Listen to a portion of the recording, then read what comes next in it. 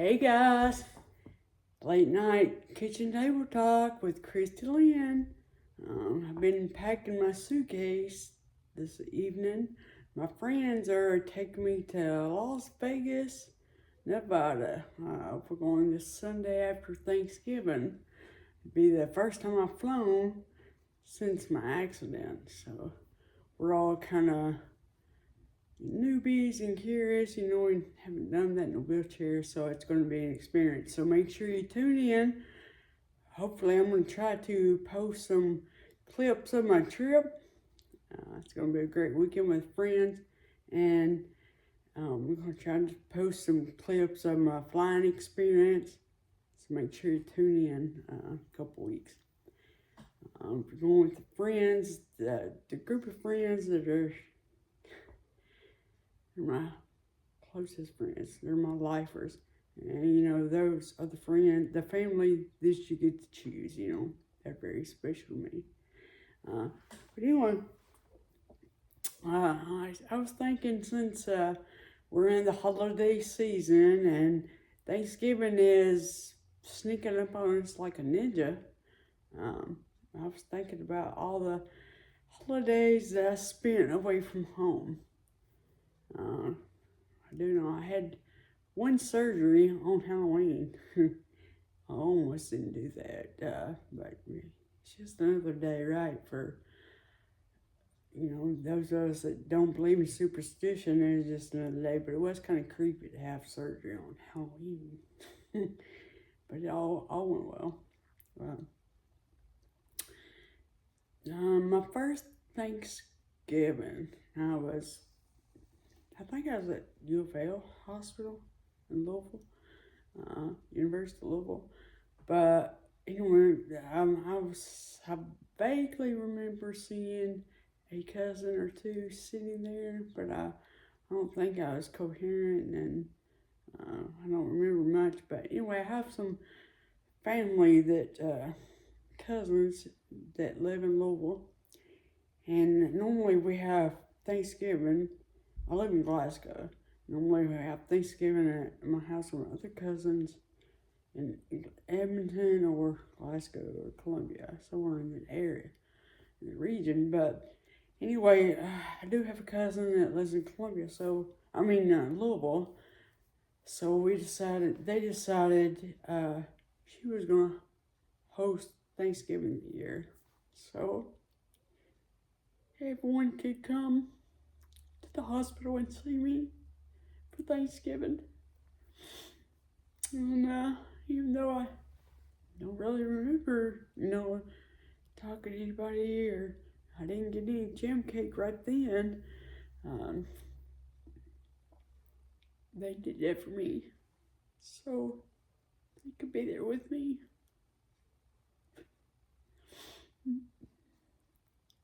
Family's something special. Then on Christmas, it lived probably 10 minutes from University of Louisville. And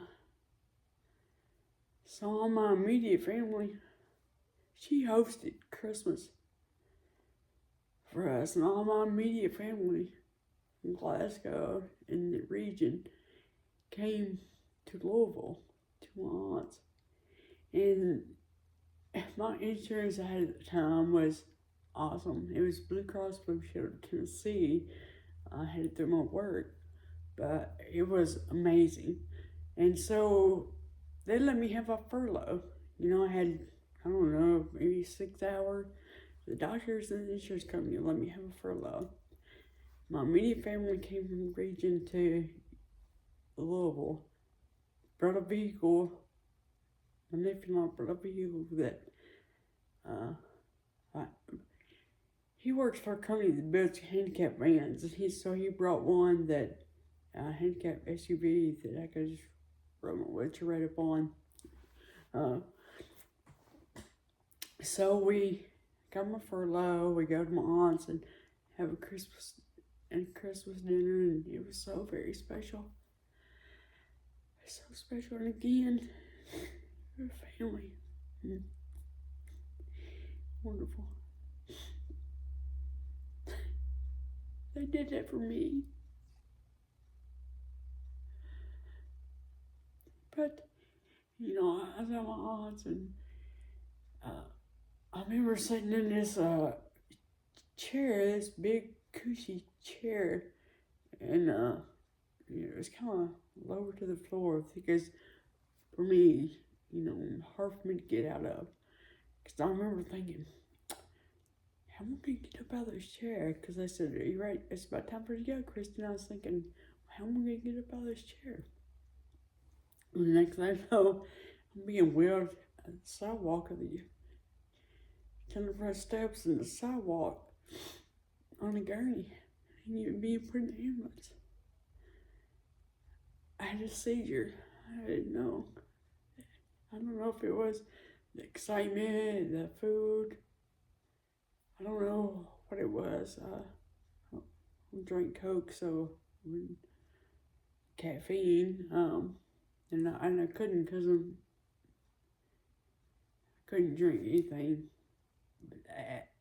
Caffeine did burn my esophagus.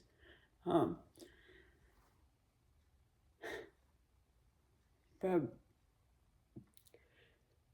so I probably not anyone out in the future, anyone ever out from ever getting a furlough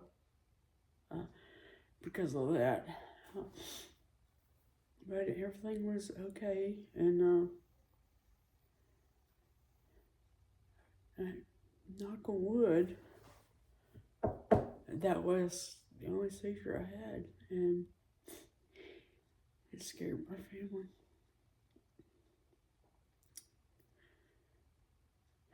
I spent birthdays in the hospital.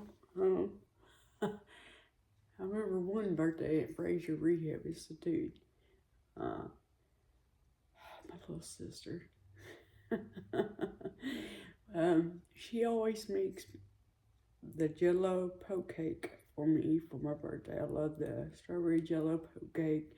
She puts Cool Whip, strawberries on top. It's awesome. It's nice, light, cool dessert for the summertime. My birthday's June 6th.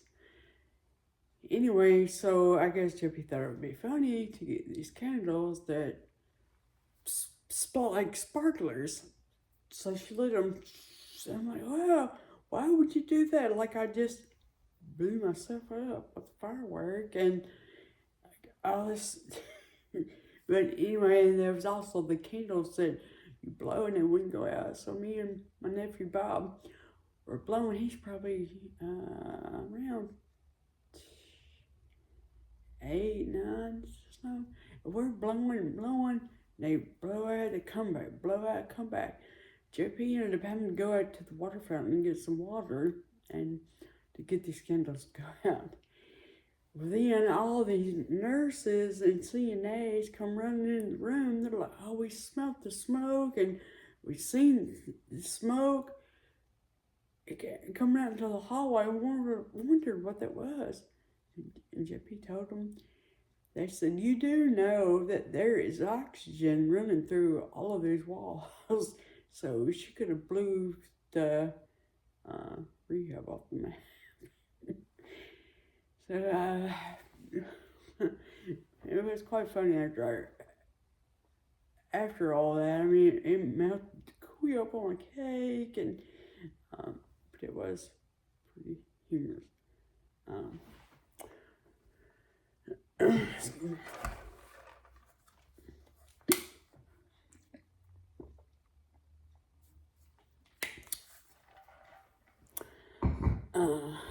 But I just want to say, you know, if you're in the hospital, or you have somebody in the hospital,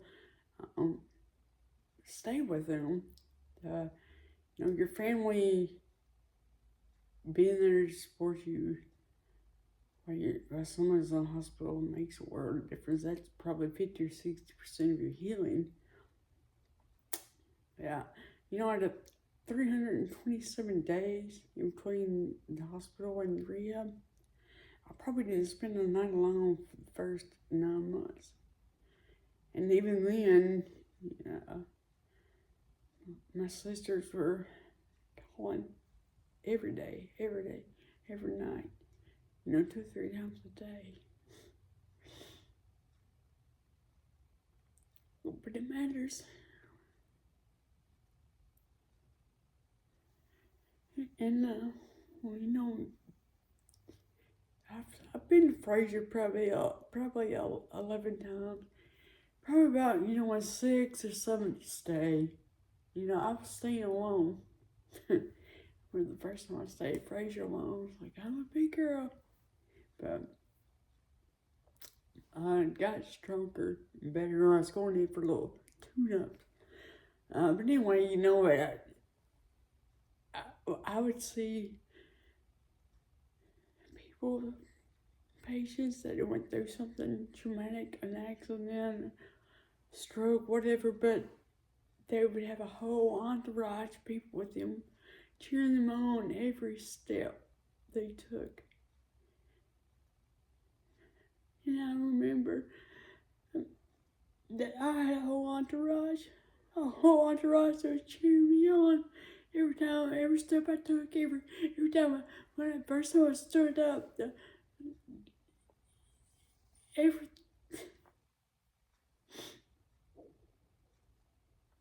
when I see those people, I've seen patients that are all alone. They're doing it all by themselves. And I've seen patients that have the entourage with them. I'm here to tell you it makes a difference. I'm very strong-willed, and I know what I got to do to get to where I want to be. But no matter how strong you think you are, I want to have my family there to help me through nights, through days.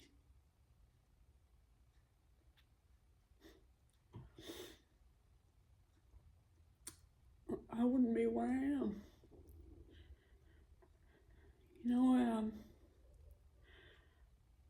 I probably had around 35 plus surgeries.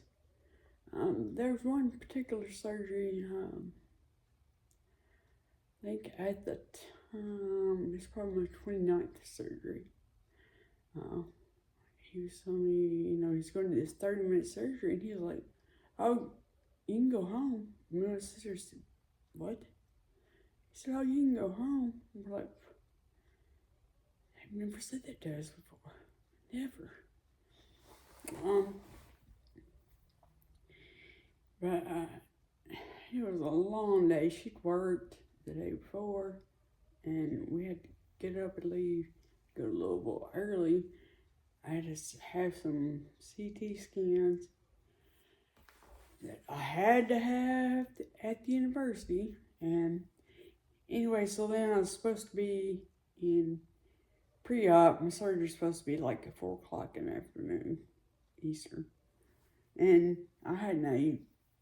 JP hadn't ate since the day before either. And she said if I couldn't eat, she wasn't going to eat. So she's starving, and I'm starving, and they pushed her surgery back, because, at the trauma hospital, your surgery get pushed back if a trauma comes in. I've had surgeries that didn't happen the next day. Anyway, so I was supposed to have surgery at 4 o'clock Eastern. I think it was 10 o'clock Eastern, 10 o'clock when I was in pre-op. Okay, I had an 8 all day. JP still hasn't ate. She's tired, she's ill. Surgeon comes in, and he's like, oh, I do this, and this, do this skin graft, and I've had skin grafts, and I will not have any more, okay? That is like the worst pain. I've had 3 of them. Kristie won't have any more. And I says, whoa, where's the skin coming from? Oh, it can come from anywhere. Your belly, your butt, you got me messed up, sir. I've already had all the surgeries I need to stay alive. I don't have to have this surgery. I'm going home. I'm not having it if I have a skin graft. Then he's like, oh no, I can, because I'm going to take this fat out of your belly and put it over your, in that plate. I can just take a piece of the skin up there. You never know, whatever. Okay, all right. So, a 30-minute surgery, and he's like, I want to do this, and this. A 30-minute surgery turned into like a 3-hour surgery. I called my friend that worked in administration at Fraser, and it's like, looks like I'm staying the night in the hospital. Can you give me in? So a 30-minute surgery going home turned into like a 3-hour surgery, night in the hospital, and having my suitcase sent to me and me staying in Louisville for a week. That always happened. I never knew if I was going to be gone 3 hours, 2 days, a week, 2 months. I didn't know. But anyway, JP was, she was rightfully so. She was pretty irritated. She was like, I'm going outside to smoke. All right. And she's come back. She's like, I called your surgeon in the hall. I said, please don't say anything to him. He's fixing to cut on my face. She said, because he had told her, she said, how long is the surgery going to stay? He said, oh, you can go home. So when she came in the hallway, she's like, he said, you can go home. She said, what'd you say to me? He said, you can go home. She said, I'm not going home. Kristie has had 28 surgeries. She's never been alone. And it's something happening tonight. He said, families do it all the time. They drop the low ones off and come back and get them. She said, wow, not this family. What? People really do that? How I'll get dropped off and see you later. Wow. So, I think about how blessed I am just to have a wonderful support system and wonderful friends. Very lucky, very blessed. Everyone doesn't have that. So please, support your family. Be there for them. I'm telling you, it makes a difference.